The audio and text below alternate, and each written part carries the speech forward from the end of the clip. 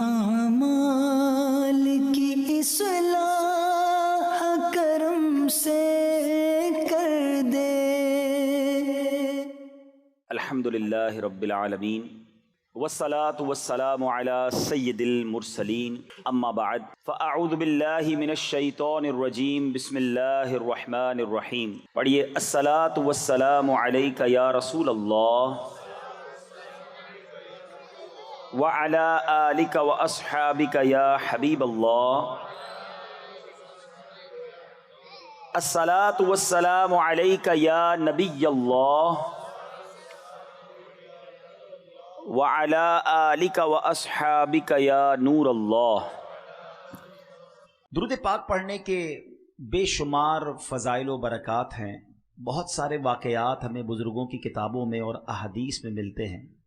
ایک بڑا ہی نرالا اور انوکھا واقعہ یہ حدیث کی کتابوں میں ملتا ہے کہ سیدنا عبد الرحمن بن عوف رضی اللہ تعالیٰ عنہ سے روایت ہے کہ ایک دن نبیوں کے سردار، مدینے کے تاجدار صلی اللہ تعالیٰ علیہ وسلم اپنے مبارک گھر سے باہر تشریف لائے اور ایک باغ کی طرف آپ نے رخ فرمایا، ایک باغ کی طرف تشریف لے گئے۔ حضرت عبد الرحمن بن عوف نے دیکھا کہ نبی پاک جا رہے ہیں تو وہ بھی پیچھے پیچھے آ گئے۔ کہتے نبی پاک باغ میں داخل ہوئے، قبلے کی طرف میرے آقا نے منہ کیا اور سر سجدے میں رکھ دیا۔ حضرت عبد الرحمن بن عوف نبی پاک کا دیدار دور سے کرتے رہے کہ آقا سجدے میں ہیں اور یہ دیدار کر رہے ہیں۔ بے قصوں کے مددگار سرکار عالی وقار صلی اللہ تعالیٰ علیہ وسلم نے بہت لمبا سجدہ کیا۔ حضرت عبد الرحمن بن عوف کہتے ہیں کہ مجھے یہ خوف ہوا کہ کہیں سجدے کی حالت میں ہی تو اللہ کریم نے ان کی کہیں روح قبض تو نہیں کر لی، اتنی دیر ہو گئی نبی پاک نے سر سجدے سے نہیں اٹھایا۔ تو کہتے یہی خیال آتی میں تھوڑا آگے بڑھا، تو اب جب میرے قدموں کی آواز نبی پاک علیہ الصلوۃ والسلام نے سنی تو میرے آقا علیہ الصلوۃ والسلام نے اپنا سر انور اٹھایا اور پوچھا کون ہے؟ میں نے عرض کیا یا رسول اللہ صلی اللہ علیہ وسلم عبد الرحمن۔ ارشاد فرمایا کیا کام ہے؟ میں نے عرض کیا یا رسول اللہ صلی اللہ علیہ وسلم آپ نے اتنا طویل سجدہ کیا، اتنا لمبا سجدہ کیا کہ مجھے خوف ہو گیا کہ کہیں اللہ تبارک و تعالیٰ نے آپ کی روح قبض تو نہیں فرما لی۔ تو عاشق زار کی محبت بھری بات سن کر، اپنے صحابی کی یہ پیاری بات سن کر اللہ کے حبیب علیہ الصلوۃ والسلام نے طویل سجدہ کرنے کی حکمت وجہ بیان فرمائی۔ فرمایا کہ میرے پاس جبریل امین آئے اور انہوں نے حاضر ہو کر بتایا کہ یا رسول اللہ صلی اللہ تعالیٰ علیہ وسلم اللہ پاک فرماتا ہے کہ اے محبوب صلی اللہ تعالیٰ علیہ وسلم جو آپ پر درود پاک پڑھے گا میں اس پر رحمت نازل فرماؤں گا، جو آپ پر سلام بھیجے گا میں اس پر سلامتی اتاروں گا۔ اس نعمت کا شکر ادا کرنے کے لیے میں نے اتنا طویل سجدہ کیا۔ اب یہاں دو باتیں سیکھنے والی ہیں۔ ایک تو یہ سمجھ آیا کہ درود پاک نعمت کتنی بڑی ہے، درود پاک پڑھنے والے کے وارے نیارے ہو جاتے ہیں۔ اللہ کی رحمتیں نازل ہوں، رب کی طرف سے سلامتی نازل ہو تو اور کیا چاہیے؟ اس پرفتن، اس خطرناک دور میں جب بلائیں ہیں، وبائیں ہیں، ٹینشنیں ہیں، پرابلمز ہیں، خوف ہے، اور ہر بندہ چاہتا ہے کہ وہ سیکیور رہے، صبح گھر سے جائے شام گھر خیر سے آئے، کاروبار پہ خیر رہے، گھر میں خیر رہے، فیملی میں برکت رہے، وہ کون سا طریقہ ہے جس سے مجھے یہ سیکیورٹی مل جائے؟ مجھے بتاؤ کہ جس کے سر پر رحمتوں کا سایہ رہے اسے پھر کیا پرابلم ہے؟ اور اللہ کی رحمت کس کے ساتھ ہے کہ جو ایک بار درود پاک پڑھے اس پر 10 رحمتیں نازل کی جاتی ہیں۔ تو پھر کیوں نہ چلتے پھرتے اٹھتے بیٹھتے گاڑی چلاتے موٹر سائیکل چلاتے جب فارغ وقت ملے بندہ درود پاک کا ورد کرتا رہے تاکہ سیکیورٹی، رحمتیں، برکتیں ساتھ رہیں۔ لیکن فضول باتوں کے لیے ٹائم ہمارے پاس گھنٹوں ہے، موبائل فون لے کے بیٹھیں گے پتہ نہیں کتنے گھنٹے نکل جائیں، گھڑی کا ٹائم بھی نہیں پتہ چلتا، ٹی وی آن کیا اب پتہ نہیں کب بند ہوگا۔ اتنا فضول اور گناہوں بھرا وقت لوگ گزارتے ہیں مگر ذکر و درود کے لیے ٹائم نہیں نکالتے۔ اس حدیث سے ایک اور بات سیکھنے کو ملی کہ درود پاک پر جو رحمتیں اور برکتیں ملنی ہیں، نبی پاک علیہ الصلوۃ والسلام اس سے کتنا خوش ہوئے کہ آقا نے اپنی امت کو ملنے والی اس نعمت پر طویل سجدہ کیا، شکر کا سجدہ کیا۔ امتی کا کام کیا ہے؟ ہمیں بھی تو سجدہ شکر ادا کرنا چاہیے کہ یا اللہ تیری رحمت ہے، اتنا تھوڑا سا کام کرتے ہیں اور تو اتنی رحمتیں نازل فرماتا ہے، تیری اس نعمت پر ہم بھی شکر ادا کرتے ہیں۔ اور تیسری بات کہ نبی پاک کو ہم سے پیار کتنا ہے، ہم سے محبت کتنی ہے، درود آقا پر پڑھیں، رحمتیں ہم پر نازل ہوں گی، سلامتی ہمیں ملے گی، اور آقا اس کے شکرانے میں سجدہ کر رہے ہیں۔ تو پھر ہم کیوں نہ درود پاک سے پکی اور سچی محبت کر لیں۔ شعبان کا مہینہ یاد رہے کہ اس مہینے کو ماہ درود بھی کہتے ہیں۔ جی ہاں، کیونکہ جو درود پاک کی مشہور آیت ہے نا، آیت درود جس کو کہتے ہیں، ان اللہ وملائکتہ یصلون علی النبی یا ایھا الذین آمنوا صلوا علیہ وسلموا تسلیما، مل کر پڑھیں، صلی اللہ علی النبی الامی وآلہ صلی اللہ علیہ وسلم صلاۃ و سلاما علیک یا سیدی یا رسول اللہ۔ یہ آیت درود بھی شعبان میں نازل ہوئی ہے۔ اور شعبان کے بارے میں میرے آقا کیا فرماتے ہیں؟ شعبان الشہری، شعبان میرا مہینہ ہے، یہ مہینہ آقا کا، یہ مہینہ درود کا مہینہ۔ پھر کیوں نہ ہم درود پاک کی کثرت اپنی عادت بنائیں۔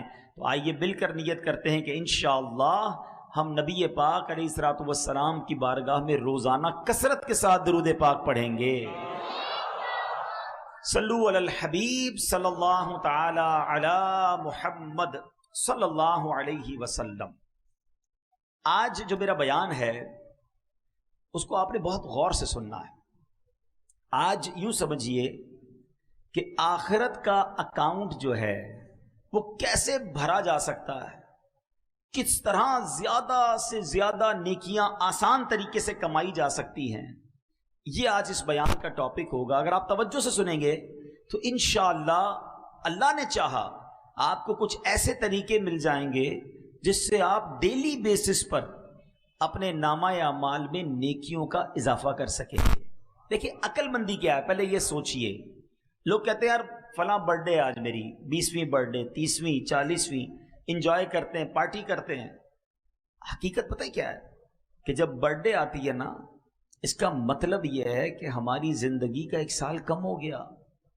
ہر گزرنے والا دن ہم اپنی موت کے قریب ہو رہے ہیں نا۔ عقل مندی کیا ہے کہ جب ہم اپنی موت کے قریب ہوتے جا رہے ہیں، امتحان کا دن قریب آ رہا ہے، تو ہماری تو نیکیاں بڑھنی چاہیے نا۔ اللہ کی بارگاہ میں پیش ہونا ہے تو ہم ہر گزرنے والے دن کے ساتھ ہمارے نیکیوں میں اضافہ ہونا چاہیے۔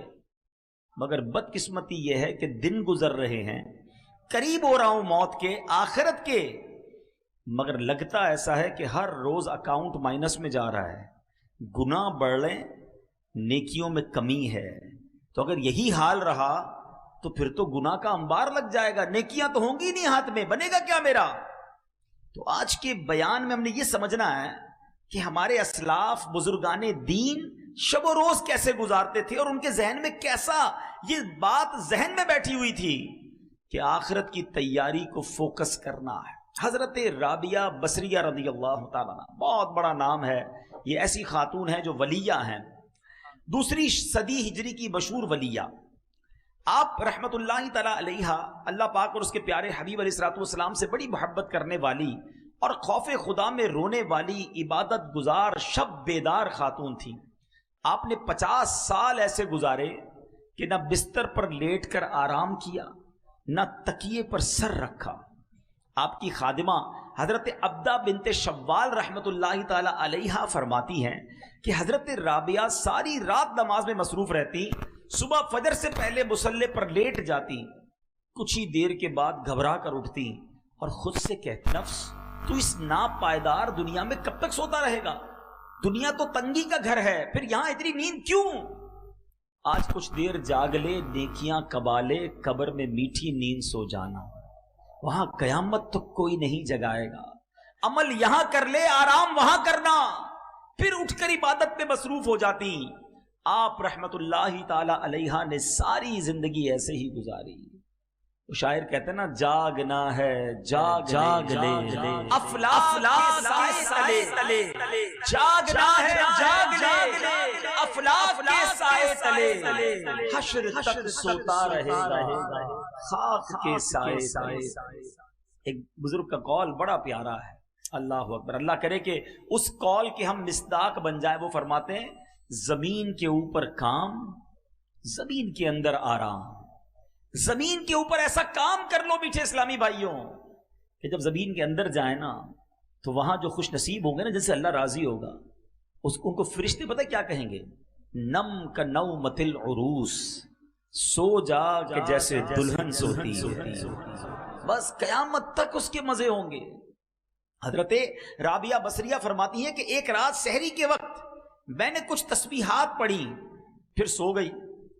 خواب میں دیکھا کہ ایک ہرا بھرا درخت ہے جو اتنا بڑا ہے اور حسین ہے کہ میں بیان ہی نہیں کر سکتی. کمال کی جگہ تھی.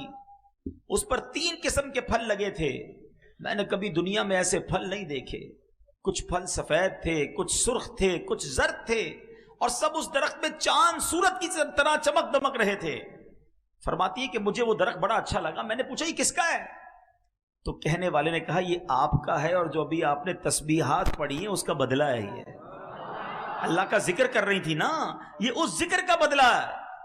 تو فرماتی ہے میں درخت کے ارد گرد گھومنے لگی کہ میرا درخت ہے. تو دیکھا کچھ پھل زمین پر گرے ہوئے تھے. تو آپ نے کہا کہ کاش یہ پھل بھی درخت پر موجود ہوتے تو کتنے اچھے لگتے.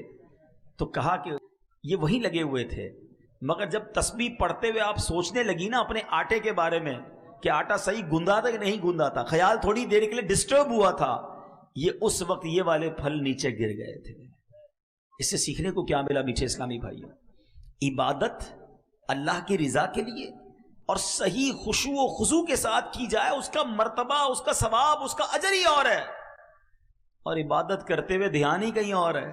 ہمارا تو حال یہ ہے کہ نماز پڑھیں تو ساری فیکٹری کا حساب چل رہا ہوتا ہے، پورا دن کیسے گزارا، بلکہ نمازی میں یاد کر رہے ہوتے سلام پھیر کے فلاں فلاں کو فون بھی کرنا ہے. ہاں سلام پھیرتی فوراً فون اٹھاتا ہے بندہ، یاد آیا نماز میں یار پیسے لینے باقی تھے، فلاں نے ٹائم دیا تھا. سب نماز پڑھ رہے ہیں اللہ کی بارگاہ میں اور دھیان کہیں اور ہے. اصل میں پہلے نا ہمیں یہ سمجھنا ہوگا شیطان کیا چاہتا ہے. جب تک ہم اپنے دشمن کے وار نہیں سمجھیں گے نا ہم انڈرسٹینڈ نہیں کر سکیں گے.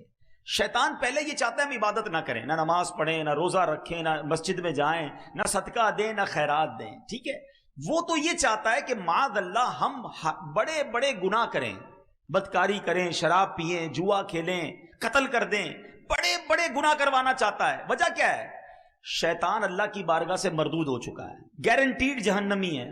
وہ چاہتا ہے میں اکیلا کیوں جاؤں، میں ان کو بھی ساتھ لے کے جاؤں، ان کا ایمان برباد کروں. اچھا جب وہ دیکھتا ہے نا کہ یار یہ بندہ تو دعوت اسلامی کے ماحول میں آ گیا ہے، مذہبی ہو گیا ہے، نمازی ہو گیا ہے، اب وہ دیکھتا ہے میں اس سے نماز نہیں چھڑوا سکتا. ہاں ایک کام ہو سکتا ہے کہ اس کی نماز میں خیالات ڈال دوں، اس کی نماز میں اس کو ڈسٹرب کرنا شروع کر دوں. یہ مسجد میں جا رہا ہے ہفتہ وار اجتماع میں، تو وہاں جا کر بھی اس کو کہوں یار موبائل نکال، چھوڑ، بیان کا کیا کرنا ہے. ابھی بھی لگے ہوئے ہوں گے کچھ لوگ موبائل پہ. اچھا خیالات کہیں اور ہوں گے، تھوڑی دیر بعد اٹھائے گا کہ چل یار مزہ نہیں آ رہا باہر چلتے ہیں. وہ نیکی سے رکواتا ہے. سمجھو بات کو، اول تو نیکی نہیں کرنے دیتا، ہم کر لیں اب اسے ڈسٹرب کرتا ہے، اب اس کو برباد کرنے کی کوشش کرتا ہے. صدقہ خیرات دینے کو جی نہیں چاہتا، زکوٰۃ دینے کو جی نہیں چاہتا. اب جس کا دل چاہا اس نے دے دی. اب شیطان کہتا ہے یار اس نے تو نیکی کر لی، اس نے تو اللہ کی راہ میں خرچ کر لیا، اب اس کا صدقہ ڈسٹرب کیسے ہوگا، اب اس کی زکوٰۃ برباد کیسے ہوگی. اب شیطان دل میں خیال ڈالتا ہے ذرا لوگوں کو بتانا تو نے کتنے پیسے دیے، چندہ کتنا دیا، کتنی بڑی نیکی کی. اچھا جس کو دیا اس کو ذرا جتا، یاد ہے نا میں نے چندہ دیا تھا، بھول تو نہیں گیا تیری مدد کی تھی. اس وار کو سمجھو میٹھے اسلامی بھائیوں، اتنا مردود، اتنا مکار ہے کہ پہلے نیکی نہیں کرنے دیتا اور نیکی کر لیں تو بچنے نہیں دیتا. اور ہم ہیں کہ اس کی ہاتھ میں کھیلتے جا رہے ہیں. دیکھیں صدقے کیسے برباد ہوتے ہیں، میں نہیں کہتا، قرآن کہتا ہے یا ایھا الذین آمنوا لا تبطلوا صدقاتکم بالمن والاذی. اے ایمان والو اپنے صدقے باطل نہ کرو. صدقے کیسے باطل ہو جاتے ہیں بھائی؟ میں نے تو مسجد میں پیسے دیے، رسید مل گئی، پیسے تو پہنچ گئے، باطل کیسے ہو گئے، ختم کیسے ہو گئے، نل اینڈ وائڈ کیسے؟ قرآن کہہ رہا ہے نا اے ایمان والو اپنے صدقے باطل نہ کرو. کس طرح؟ بالمن والاذی، احسان جتا کر یا تکلیف پہنچا کر. اور یہ کر رہے ہوتے ہیں ان ڈیلیبریٹلی یا ڈیلیبریٹلی، دانستہ و غیر دانستہ ہی چل رہا ہوتا ہے. میں نے اپنے ملازم کی بچی کی شادی کرا دی ہے, میں نے اس کو گھر دلا دیا ہے. بھائی یاد ہے نا, تو فقیر تھا, غریب تھا, نوکری والا آیا تھا چپل پہن کر تیرے کو کاروبار پہ چڑھا دیا, آج لینڈ کروزر, آج گاڑی آ گئی, بھول تو نہیں گیا مجھے؟ وہ جو آپ نے اس وقت اس کے ساتھ بھلائی کی تھی, یہ جملہ کہہ کر سب ضائع کر دیا. صرف ضائع نہیں کیا, الٹا دل دکھا کر گناہ بھی کما لیا. اور شیطان کامیاب ہو گیا کہ اس کا صدقہ بھی گیا, اس کا ثواب بھی گیا, اس کی نیکی بھی گئی, اور الٹا گناہ گار ہو گیا. اور ہمیں پتہ بھی نہیں چلتا. نمازیں پڑھ کر دوسروں کو حقیر جان رہے ہوتے ہیں. یاد رکھیے, نماز ضرور پڑھیے, مگر میں نمازی ہوں تو باقی سارے جہنمی ہیں, ایسا نہیں ہے. ایک بزرگ کے بارے میں آتا ہے نا کہ وہ اپنے بیٹے کے ساتھ کسی سفر پر جا رہے تھے. رات کا وقت ہوا, مسافر خانے میں رکے, تو بیٹا بھی نمازی, باپ بھی نمازی. تہجد میں دونوں باپ بیٹے اٹھے, تہجد ادا کی. سارے مسافر خانے میں قافلے والے سو رہے تھے.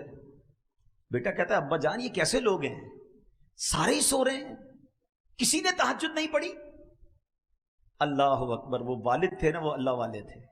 کہتے بیٹا تو بھی سویا رہتا تو ٹھیک تھا, تو نے آج تہجد پڑھ لی, تجھے باقی لوگ سارے حقیر نظر آنے لگے, اس سے بہتر تو بھی سویا رہتا تو ٹھیک تھا.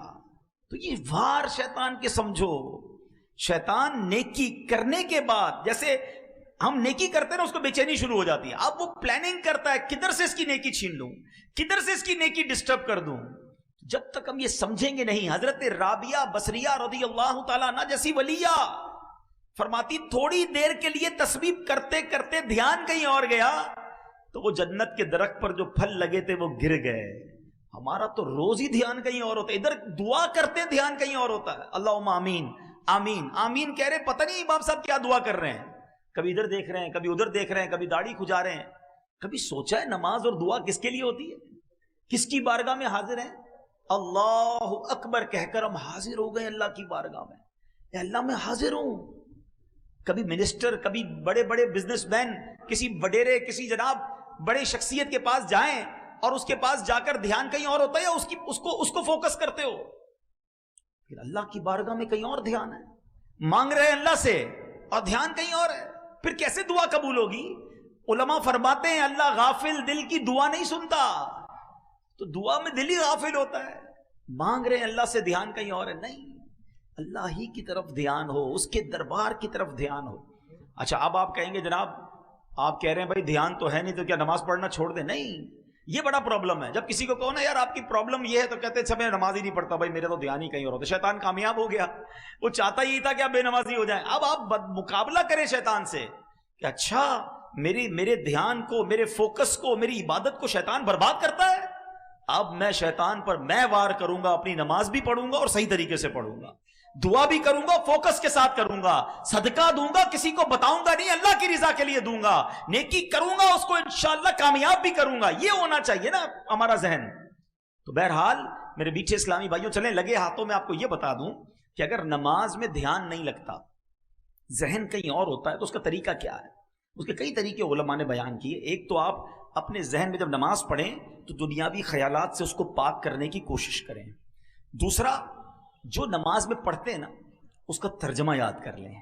آپ کو پتا تو ہوا پڑھ کیا رہے ہیں, امام صاحب کیا پڑھ رہے ہیں؟ الحمدللہ رب العالمین الرحمن الرحیم مالک یوم الدین. اس کا ترجمہ جب آپ کے ذہن میں ہوگا نا کہ میں اللہ کی شان بیان کر رہا ہوں, اللہ روز جزا کا مالک ہے, وہ رحمان بھی ہے, وہ رحیم بھی ہے, میں اس سے عرض کر رہا ہوں کہ اللہ مجھے سیدھے راستے پہ چلا, اہدنا الصراط المستقیم صراط الذین انعمت علیہم, اے اللہ ان لوگوں کے راستے پہ چلا جس پر تیرا انعام ہوا, ان لوگوں کے راستے سے بچا لے مالک جس پر تیرا غضب ہوا. اب جب آپ سورہ فاتحہ کے ساتھ ہیں, سورہ اخلاص کے ساتھ ہیں, سبحان ربی العظیم کہہ رہے ہیں, تو دل کہہ رہا ہے کہ اللہ تو عظیم ہے, میں تیری بارگاہ میں سر جھکایا ہوا ہوں. تو اب آپ کا جب نماز میں دل لگ رہا ہوگا, اب آپ کو پتا ہوگا آپ کیا پڑھ رہے ہیں, تو انشاءاللہ دل لگ جائے گا.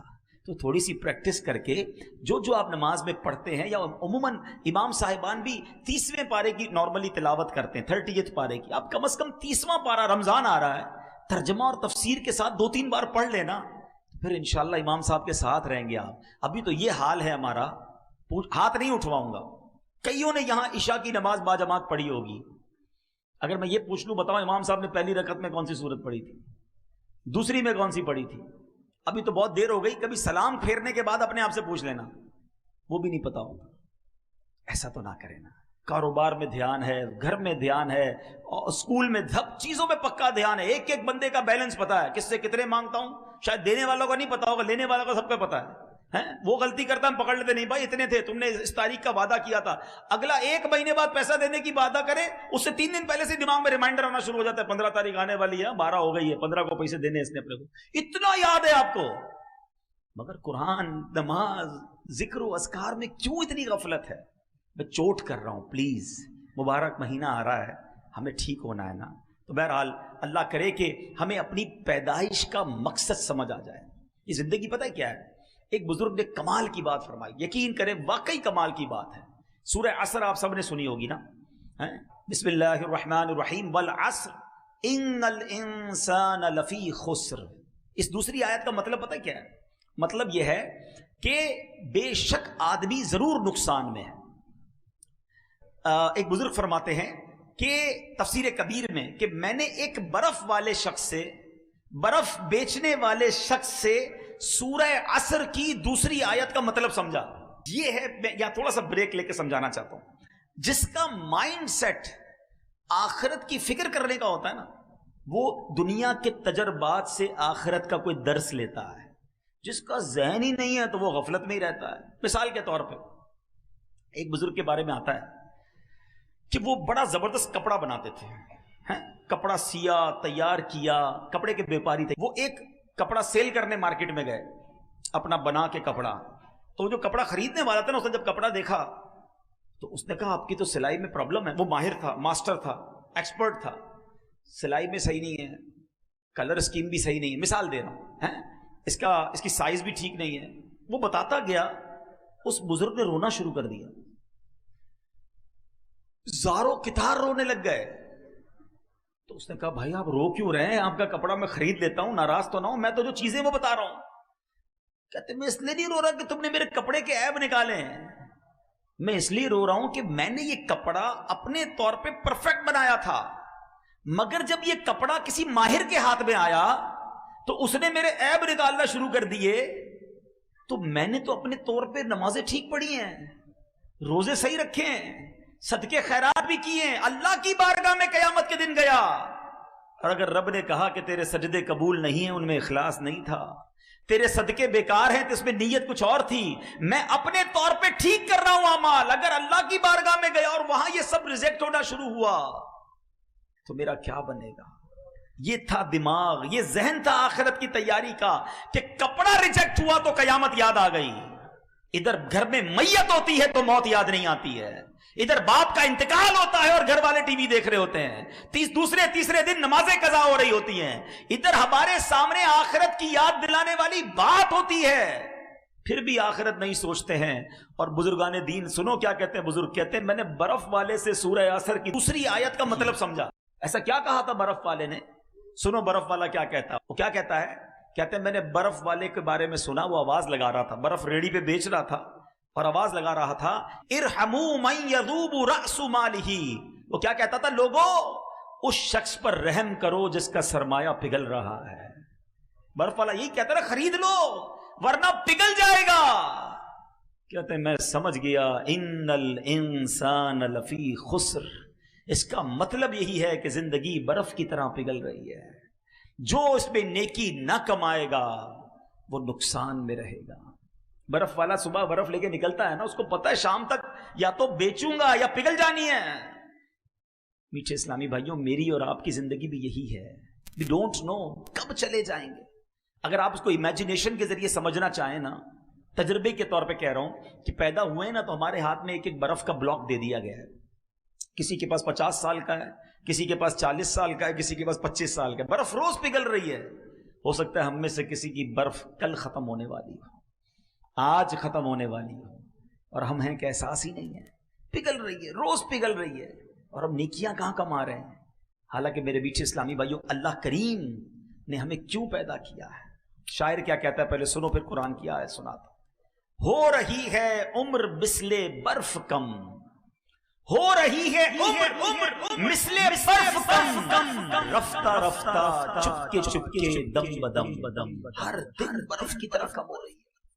مجھے اور آپ کو رب نے کیوں بنایا ہے ہم جانتے ہیں، پیسے کمانے کے لیے، بڑا نام بنانے کے لیے، کاروبار چمکانے کے لیے، اور جناب ڈگریاں حاصل کرنے کے لیے، اس لیے بنایا ہے؟ آئیے قرآن سے پوچھتے ہیں، اے رب کے کلام تو ہماری رہنمائی فرما، ہمیں کریٹ کیوں کیا گیا، انسان کو بنایا کیوں گیا؟ اللہ کریم قرآن میں فرماتا ہے وَمَا خَلَقْتُ الْجِنَّ وَالْإِنسَ إِلَّا لِيَعْبُدُونِ، بے شک اور میں نے جن اور آدمی اتنے ہی اس لیے بنائے کہ میری بندگی کریں۔ اللہ فرماتا ہے جن اور آدمی کس لیے بنائے؟ کہ میری عبادت کریں۔ معلوم ہوا انسانیت اور عبادت لازم اور ملزوم، یعنی آپس میں جڑے ہوئے ہیں۔ جو عبادت نہیں کرتا انسانیت سے لا تعلق ہے، بنایا ہی عبادت کے لیے گیا ہے، ہماری کریشن کا مقصد عبادت ہے۔ اب آتے ہیں سولوشن کی طرف۔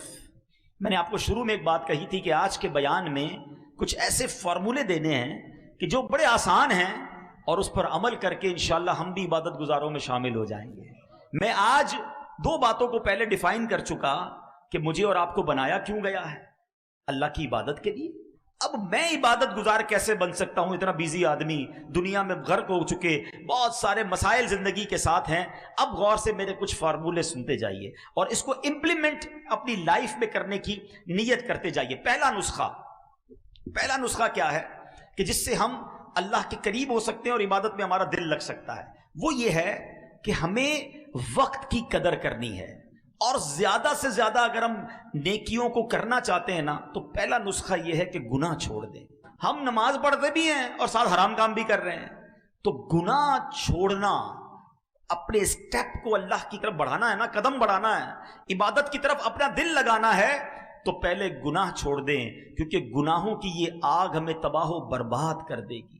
حضرت امیر المومنین عمر فاروق اعظم رضی اللہ تعالیٰ فرماتے گناہ اگرچہ ایک ہو مگر اپنے ساتھ 10 برائیاں لاتا ہے۔ ابھی میں نے آپ کو عبادت کے فضائل بتائے نا، اب گناہ کی برائیاں سنو۔ لوگ کہتے ہیں یار تھوڑا سا ہی گناہ کرتا ہوں، ایک دو ہی بری عادتیں، سنو ایک گناہ کیا کیا لاتا ہے۔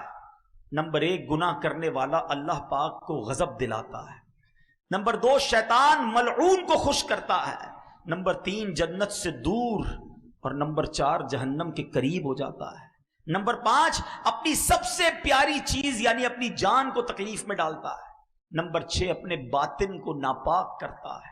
نمبر 7، اعمال لکھنے والے فرشتوں کرامن کاتبین کو تکلیف دیتا ہے، ان کو گناہ لکھنا پڑتا ہے نا، گندی بات، بری بات لکھنی پڑتی ہے۔ نمبر 8، پیارے آقا علیہ الصلوۃ والسلام کو روضہ انور میں تکلیف پہنچاتا ہے، رنجیدہ کرتا ہے۔ نمبر 9، زمین و آسمان اور تمام مخلوق کو اپنی نافرمانی پر گواہ بناتا ہے۔ اور نمبر 10، تمام انسانوں سے خیانت اور رب العالمین کی نافرمانی کرتا ہے۔ تو آج پہلے نیت تو یہ کر لیں کہ انشاءاللہ گناہ نہیں کریں گے۔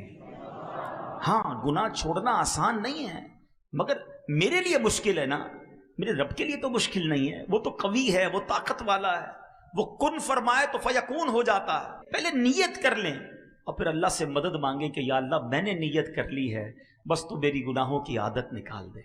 تو انشاءاللہ جب دل گناہوں سے پاک ہوگا نا تو پھر نیکیوں کا نور آنا شروع ہو جائے گا۔ کچھ لوگ ملتے ہیں، ایک جگہ ہم گئے تھے تو یہ بحث ہو رہی تھی، ایک بھائی ساتھ تھے، کہتے ہیں یار اتنی نیند آتی ہے جیسے ہی بیان شروع ہوتا ہے، دل نہیں لگتا، اس کی کیا وجہ ہے؟ تو دیکھیں میں آپ کو آج ایک طریقہ بتا دیتا ہوں۔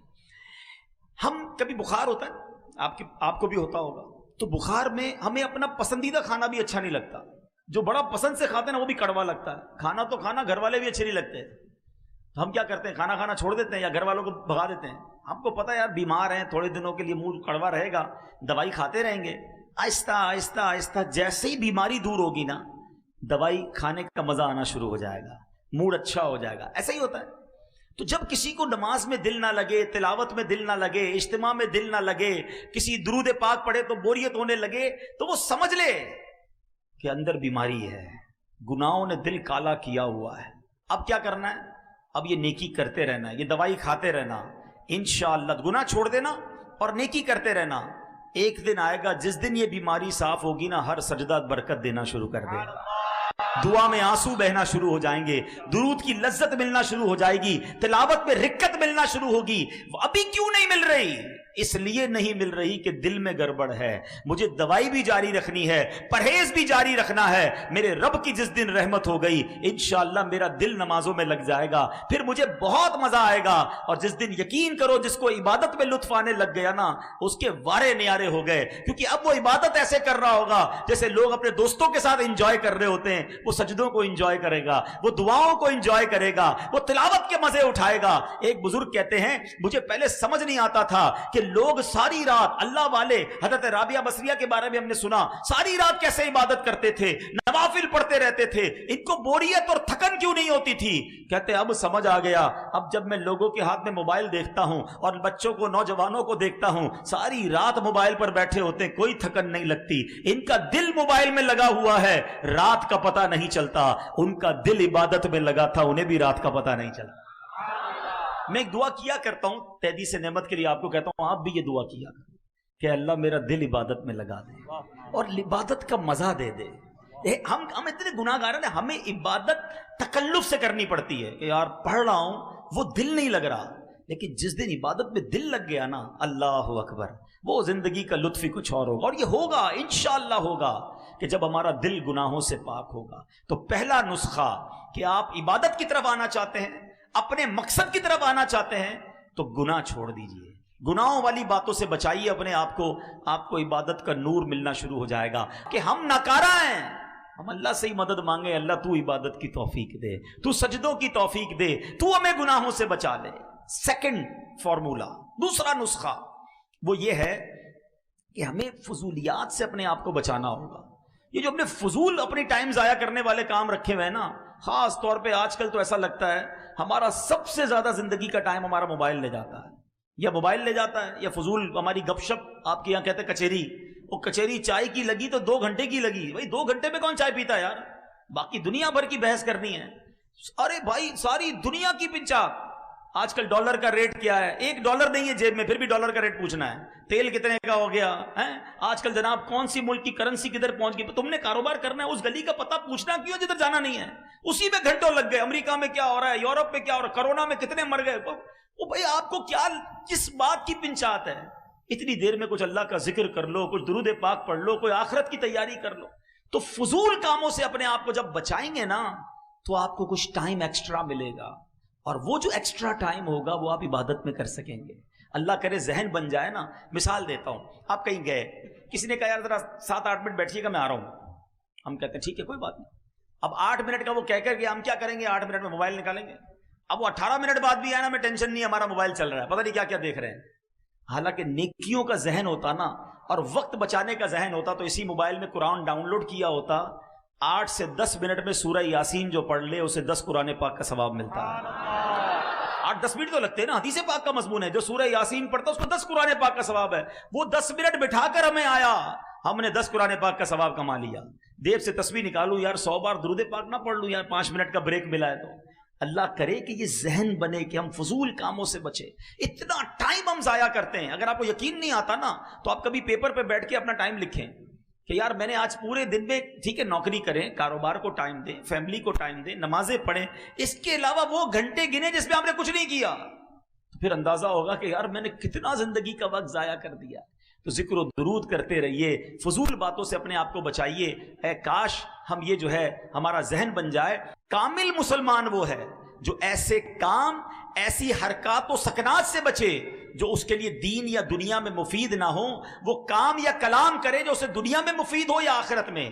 سبحان اللہ، اللہ کرے کہ یہ بات سمجھ آ جائے کہ دنیا کا فائدہ ہے یا آخرت کا ہے، وہ کام تو کروں، نہ دنیا کا فائدہ نہ آخرت کا فائدہ، صرف ضائع کر رہا ہوں، یہ نہیں ہونا چاہیے۔ اپنی سانسوں کی گنتی کو سمجھیے، یہ اللہ پاک نے بڑی نعمت دی ہے، اب ہماری مرضی ہم ان کو کیسے ضائع کرتے ہیں۔ تیسرا نسخہ، پہلا کیا تھا؟ گناہ چھوڑ دے، دوسرا فضول کاموں سے اپنے آپ کو بچائے۔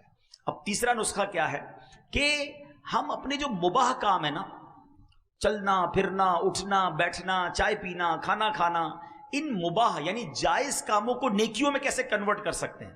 سبحان اللہ، وہ کیسے کور ہوگا؟ وہ ہے اچھی نیت۔ یہ ایسی نرالی سوغات ہے کہ بندہ اچھی نیت کی وجہ سے بغیر عمل کے بھی ثواب کا مستحق ہو جاتا ہے. اللہ کے حبیب علیہ السلام فرماتے ہیں جس نے نیکی کا ارادہ کیا اس پر عمل نہ بھی کر پایا تو اس کے لیے ایک نیکی لکھ دی جاتی ہے. نیت اچھی تھی نا, اچھی اچھی نیتیں کر لیا کریں. اچھا, ایک عمل میں کئی نیتیں کی جا سکتی ہیں. اگر تھوڑا سا رک کر نیکی کرنے کا, اچھی نیت کرنے کا ذہن بن جائے نا, اللہ پاک امیر اہل سنت کو سلامت رکھے, اتنا نیت کے بارے میں سمجھاتے ہیں. مثال کے طور پہ آپ اجتماع میں آئے, ابھی کی بات کر لیتے ہیں, آپ میں سے کوئی آیا بھائی بیان سنوں گا, اس کو ایک ثواب ملے گا. کسی نے نیت کی یار میں ذکر بھی کروں گا, 2 نیتیں ہو گئیں. میں تو دعا بھی کروں گا, 3 نیتیں ہو گئیں. اب میں اجتماع کے بعد مسلمانوں سے ملاقات بھی کروں گا, 4 نیتیں ہو گئیں. سلام میں پہل کروں گا, 5 نیتیں ہو گئیں. اجتماع میں اگر گیا اور وہاں کسی مسلمان نے راستہ پوچھا تو راستہ بھی بتا دوں گا, 6 نیتیں ہو گئیں. 2 مسلمانوں میں جھگڑا ہوا, اگر ہونے لگا تو سلو کروا دوں گا, 7 ہو گئیں. کسی نے کوئی مسئلہ پوچھا آتا ہوا بتا دوں گا, 8 نیتیں ہو گئیں. ہو سکتا ہے اجتماع میں جنازہ آ جائے, اگر جنازہ آیا تو جنازہ بھی پڑھ لوں گا, 9 نیتیں ہو گئیں. اگر آپ کا نیت کا ذہن ہے تو آپ گھر سے چلے اجتماع کے لیے ہیں, مگر ہر قدم پر ہر لمحے 10-10 12-12 کام کی نیتیں کی, 10-12 کاموں کا ثواب ملنا شروع ہو گیا. اور یہ میں نہیں کہہ رہا, سیدی اعلیٰ حضرت امام اہل سنت لکھتے ہیں جس کا مفہوم یہ ہے کہ بندہ جو گھر سے نماز کے لیے چلتا ہے, وہ جب گھر کے سے نماز کے لیے چلتا ہے نا تو ہر قدم پر ایک نیکی ملتی ہے, ہر دوسرے قدم پر ایک گناہ معاف ہوتا ہے. اعلیٰ حضرت نے نماز پڑھنے کے لیے جانے کے لیے 40 نیتیں لکھی ہیں. جو ان 40 نیتوں پر عمل کر لے, نیت کر لے, اب گھر سے چلے گا ہر قدم پر 40 نیکیاں ملیں گی. تو ہم اچھی نیتیں کرنے کی عادت ڈالیں تو یہ بڑا آسان سا کام ہے, لیکن ہمارے نامہ یا مال میں ملٹیپلیکیشن ہونا شروع ہو جائے گا. اگلا نسخہ یہ ہے کہ ہم کہتے ہیں ایک تیر سے 2 شکار, اس کی عادت ڈال لیں. ہاتھ کام کرتے ہیں نا, نوکری کر رہے ہیں, کاروبار کر رہے ہیں یا کچھ بھی کر رہے ہیں, زبان تو فارغ ہے نا, تو چلتے پھرتے اٹھتے بیٹھتے اللہ اللہ اللہ اللہ اللہ اللہ کرتے رہیں. سبحان اللہ سبحان اللہ سبحان اللہ, الحمدللہ الحمدللہ الحمدللہ, اللہ اکبر اللہ اکبر اللہ اکبر, لا الہ الا اللہ لا الہ الا اللہ, ولا حول ولا قوت الا باللہ. یہ وہ وظائف ہیں احادیث میں جس کی ترغیب دی گئی ہے.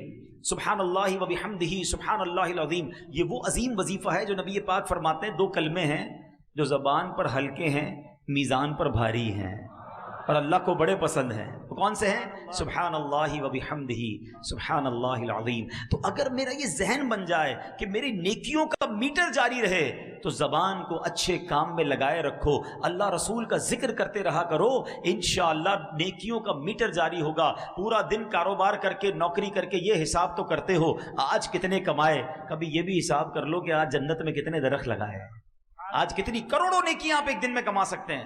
اگر آپ کا یہ ذہن بن جائے کہ میں نے اپنی زبان کا پرفیکٹ یوز کرنا ہے. ایک بزرگ کے بارے میں آتا ہے 40 سال تک آپ نے روٹی نہیں کھائی, ستو پیتے تھے. تو کسی نے کہا حضرت آپ روٹی کیوں نہیں کھاتے؟ کہ روٹی کو چبانے اور ستو کو پینے میں نے فرق دیکھا کہ میں 90 تسبیحات زیادہ کر سکتا ہوں. تو میں نے سوچا روٹی چبانے میں ٹائم کیوں ضائع کروں, ستو پی کر بھی پیٹ بھر جاتا ہے, 90 تسبیح اور پڑھ لیتا ہوں. مگر ادھر پورا دن گزر جاتا ہے, درود کی ایک تسبیح نہیں ہوتی ہے, کلمہ پاک کی ایک تسبیح نہیں پڑھتے ہیں. حدیث میں آیا افضل الذکر لا الہ الا اللہ, بہترین افضل ذکر ہے. کتنی بار پڑھا؟ نہ کریں ایسا. یہ سانسوں کی خدارا اہمیت محسوس کریں. قیامت کے دن ایسا نہ ہو کہ پچھتاوا ہو کہ کاش فضول وقت نہ گزارتا, اللہ رسول کا ذکر کر لیتا. ایک اور بڑا پیارا نسخہ علماء نے بتایا کہ بندہ دعا کرنے کا عادی ہو جائے. نبی پاک کا انداز پتہ ہے نا, پیارے آقا کھانا کھانے سے پہلے کی دعا, کھانے کے بعد کی دعا, دودھ پینے کی دعا, پانی پینے کی دعا, پانی کے بعد کی دعا, استنجا خانے میں جانے کی دعا, فارغ ہو کر باہر آنے کی دعا, گھر میں جانے کی دعا, باہر آنے کی دعا, مسجد میں جانے کی دعا, باہر نکلنے کی دعا. یہ کیا ہے؟ یہ نبی پاک قدم قدم پر دعائیں کرتے تھے. اور آج ہمیں پورا دن گزر جاتا ہے, ہم دعا نہیں پڑھتے. حالانکہ اگر یہی عادت اپنا لینا کہ ساری دعائیں یاد کر لیں کہ کھانے سے پہلے کیا پڑھنا ہے, تو کھانے سے پہلے ثواب, کھانے کے بعد ثواب, پانی سے پہلے ثواب, پانی کے بعد ثواب. اچھا دعا اور سنت, اگر یہ 2 چیزیں مجھے پتہ چل جائیں, بھائی پانی تو پینا ہی ہے نا, لیکن دن میں کتنی بار پانی پیتا ہوں؟ اگر سنت کے مطابق پیوں تو ہر بار پانی پینے کا ثواب ہے. چپل تو پہننا ہی ہے, سنت کے مطابق پہنوں, چپل پہننے کا ثواب. لباس تو پہننا ہی ہے, سنت کے مطابق پہنوں, لباس پہننے کا ثواب. اگر یہ ذہن بن جائے کہ یار میں پورے دن میں کیسے عبادت بڑھا سکتا ہوں اور بغیر کسی بڑی ایفرٹ کے, کیا محنت کرنی ہے, سیدھے پیر سے چپل پہنے یا الٹے پیر سے پہنے, اتنا ہی ٹائم لگنا ہے. مگر ہر سنت پر اگر سنت کی نیت سے عمل کر لوں اور اس سے پہلے دعا بھی پڑھ لوں الدعاء مخ العبادہ، حدیث پاک میں ہے دعا عبادت کا مغز ہے۔ اچھا ڈبل فائدہ ہوگا، دعا کا ثواب الگ ملے گا، کام میں برکت اور آ جائے گی۔ جس کام کو شروع کرنے سے پہلے بسم اللہ پڑھی، دعا کر لی، کام بھی اچھا ہو جائے گا، کھانے میں بھی برکت رہے گی، پیٹ بھی خراب نہیں ہوگا، اور جناب عبادت بھی جاری رہے گی۔ اصل چیز مائنڈ ہے۔ جس طرح دنیا کمانے کے لیے دماغ چلتا ہے، اگر نیکیاں کمانے کے لیے دماغ چل جائے نا تو پھر تو نیکیاں ہی نیکیاں ہیں، کمال ہے، آسان نیکیاں ہیں۔ ایک بڑی پیاری کتاب بھی ہے مکتبۃ المدینہ کی، آسان نیکیاں، اس کو پڑھے تو حیران ہو جاتا ہے بندہ کہ یار اتنے چھوٹے عمل سے اتنا بڑا ثواب۔ میں اگر ایسی کوئی کتاب بتا دوں آسان پیسے کمانے کا نسخہ، شاید وہ کتاب ہی ختم ہو جائے گی مکتبے پہ۔ او ہو بتاؤ بھائی، ایک دن میں لاکھ روپے کیسے کماتے ہیں، محنت بھی نہ کرنی پڑے۔ میں آپ کو بتاتا ہوں ایک دن میں کروڑوں نیکیاں کما سکتے ہیں بھائی۔ صرف اپنا ذہن بنائیں اور اپنا یہ ذہن بنا لیں کہ مجھے عبادت کے لیے بھیجا گیا، تو دعائیں یاد کر لیں۔ ماشاءاللہ مدنی قافلوں میں دعائیں یاد کرائی جاتی ہیں، دعوت اسلامی کے حلقوں میں دعائیں یاد کرائی جاتی ہیں، اور یہ دعائیں انشاءاللہ زندگی میں ساتھ رہیں تو بیڑا پار ہو جائے گا نا۔ سنت پر عمل کرنے کی ذہن بنا لیں، اور سنت پر عمل کر کے نیکیاں تو ملی، اور پتہ کیا ملے گا؟ سنو، اللہ کے حبیب علیہ الصلوۃ والسلام کیا فرماتے ہیں؟ نبی پاک علیہ الصلوۃ والسلام فرماتے ہیں کہ جس نے میری سنت سے محبت کی اس نے مجھ سے محبت کی، اور جس نے مجھ سے محبت کی وہ میرے ساتھ جنت میں جائے گا۔ اب بتاؤ نا، اللہ کے حبیب کے ساتھ جنت میں چلے گئے تو بیڑا پار ہو گیا نا۔ تو بہرحال میرے میٹھے اسلامی بھائیوں، آج میں جو مختصر وقت میں جو بیان میں بات سمجھانا چاہتا تھا، اللہ کرے کہ یہ ذہن بن جائے کہ ہم نے اپنی زندگی کو ضائع نہیں کرنا ہے۔ اب تو مبارک مہینہ رمضان کا آ رہا ہے، اس مہینے میں بھی عبادت بڑھا دیں، اگلے مہینے میں بھی اپنے ذہن کو یہ بنائیں کہ مجھے عبادت کے لیے بھیجا گیا ہے، اور آپ عبادت کرو گے نا اللہ کو راضی کرو گے۔ لوگ کہتے ہیں یار ہم دین کی طرف زیادہ آ جائیں گے تو دنیا کا کیا ہوگا؟ میرے پیچھے اسلامی بھائی مجھے ایک بات بتائیں، آپ اللہ کی عبادت نہیں کر رہے، یا کوئی شخص ایسا ہے جو اللہ کی نافرمانی کر رہا ہے، اللہ اسے روزی دے رہا ہے، اس کا روزگار چل رہا ہے، وہ اللہ کی فرما برداری کی طرف آ جائے گا تو کیا اللہ تعالیٰ روزگار روک لے گا؟ خود سوچے نا، وہ رحمان الدنیا والآخرہ ہے، وہ خالق دنیا بھی ہے، آخرت کا بھی مالک ہے۔ ارے جب ہم اسے راضی کر لیں گے، اس نے دنیا بھی اچھی کر دینی ہے، اس نے آخرت بھی اچھی کر دینی ہے۔ تو بس اپنی زندگی کا یہ مقصد بنائیں، اور الحمدللہ آج کے اس پرفتن دور میں دعوت اسلامی کا مدنی ماحول ہے جو ہمیں پکڑ پکڑ کر ہماری آخرت کی یاد دلاتا ہے، ہمیں ہماری زندگی کا مقصد بتاتا ہے کہ کس لیے پیدا کیے گئے ہیں۔ تو آئیے اس مدنی ماحول میں آ کر آپ خوب نیکیاں کما سکتے ہیں۔ آپ کو ماشاءاللہ اگر زیادہ نیکیاں کمانی ہے نا تو آپ دعوت اسلامی میں آ جائیں۔ اجتماع میں دیکھیں کتنی چیزیں سیکھنے کو ملتی ہیں۔ پھر ذکر کی، اب اتنے سارے لوگ ذکر کریں گے، ہر ذکر پر ثواب ملے گا۔ دعا کریں گے، آمین کہتے جائیں گے، برکتیں بھی ملتی جائیں گی، دعا کا ثواب بھی ملنا شروع ہو جائے گا۔ پھر صلاۃ و سلام ہوگا تو صلاۃ و سلام کا ثواب ملے گا۔ اس کے بعد یہ سیکھنے سکھانے کے حلقے، اس میں الگ ثواب ملے گا۔ خوش نصیب یہاں آرام کریں گے، ساری رات اعتکاف کا ثواب ملے گا۔ تہجد پڑھیں گے، تہجد کا ثواب ملے گا۔ پھر فجر کی جماعت ہوگی، پھر فجر، یعنی آپ سوچیں کہ ایک رات میں کتنا بڑا پیکج ہمیں ہر جمعرات اجتماع میں مل جاتا ہے۔ پھر کتنے خوش نصیب ہیں جو مدنی قافلوں میں سفر کرتے ہیں، 3 دن میں کتنی ساری نیکیاں کما کے آئیں گے، 1 ماہ میں کتنی نیکیاں کما کر آئیں گے۔ تو اللہ کرے کہ نیکیاں کمانے کا، نیکیوں حاصل کرنے کا ذہن ہمارا بن جائے، تو پھر انشاءاللہ یہاں بھی خیر ہے، وہاں بھی خیر ہے۔ ایک بات آخر میں کہہ دیتا ہوں، اگر دنیا میں غریب ہونا تو کم از کم آخرت میں تو غریب نہ رہو یار۔ وہاں تو امیر ہو جاؤ، وہاں تو باغات لگا لو، وہاں تو جنت میں محل لگا لو۔ اس سے بڑا بدنصیب کون ہوگا جو ادھر بھی بیچارہ تکلیف میں رہ رہا ہے اور ادھر کے لیے بھی کچھ نہیں بھیجا۔ اور اگر دنیا میں امیر ہو، مالدار ہو، سکھ میں رہ رہے ہو، تو پھر تو وہاں سکھ کی زیادہ ضرورت ہے نا۔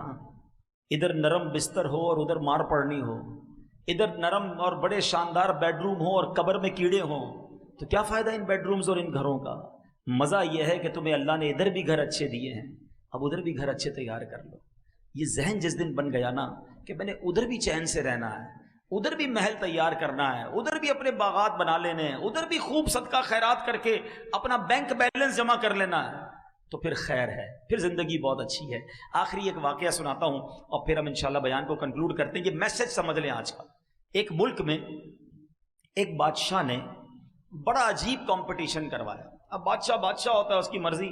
اس نے کہا ذرا چیک کرو میرے ملک میں سب سے بڑا بے وقوف کون ہے، ہو از دا بگیسٹ فول ان اور کنٹری۔ بادشاہ کا فرمان تھا، وزیروں نے مقابلے کرانا شروع کر دیے۔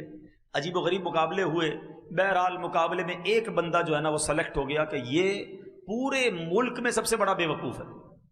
ٹھیک ہے، بادشاہ کے سامنے لائے کہ بادشاہ سلامت، ہم نے چیک کر لیا ہے، اس بندے سے بڑا بے وقوف کوئی نہیں. اچھا چیک کر لیا؟ کہاں چیک کر لیا؟ بادشاہ نے اپنے گلے سے سونے چاندی کی مالا اتاری، اس بے وقوف کے گلے میں پہنا دی. بے وقوف خوشی خوشی گھر چلا گیا، جیت گیا، ونر.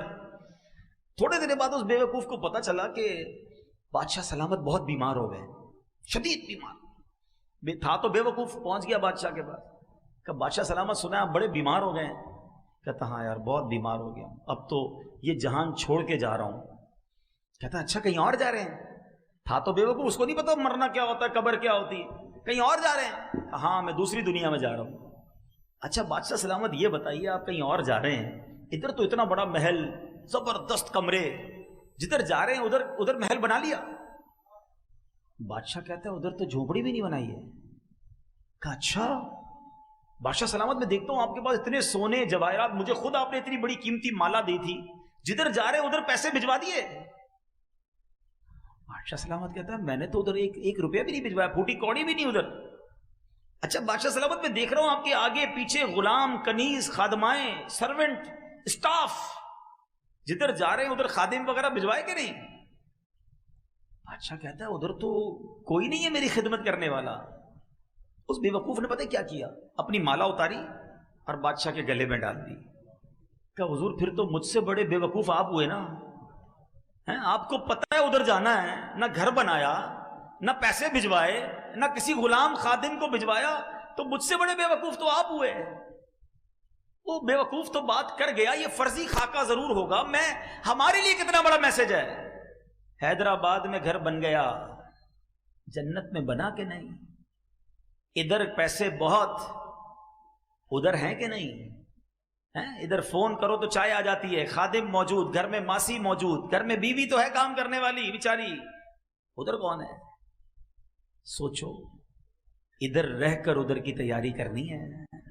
ایکسٹرا ٹائم نہیں ملے گا کہ جناب مرنے کا ٹائم آ گیا اب ذرا آخرت کی تیاری کر لیں. نہیں، آگاہ اپنی موت سے کوئی بشر نہیں، سامان 100 برس پل کی خبر. پلیز سمجھو بات، ادھر تیاری کر لو کہ ادھر بھی چین سے رہو.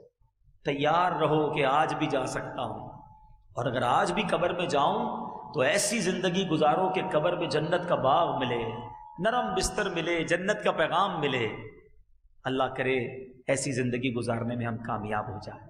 میرے اعمال کی اصلاح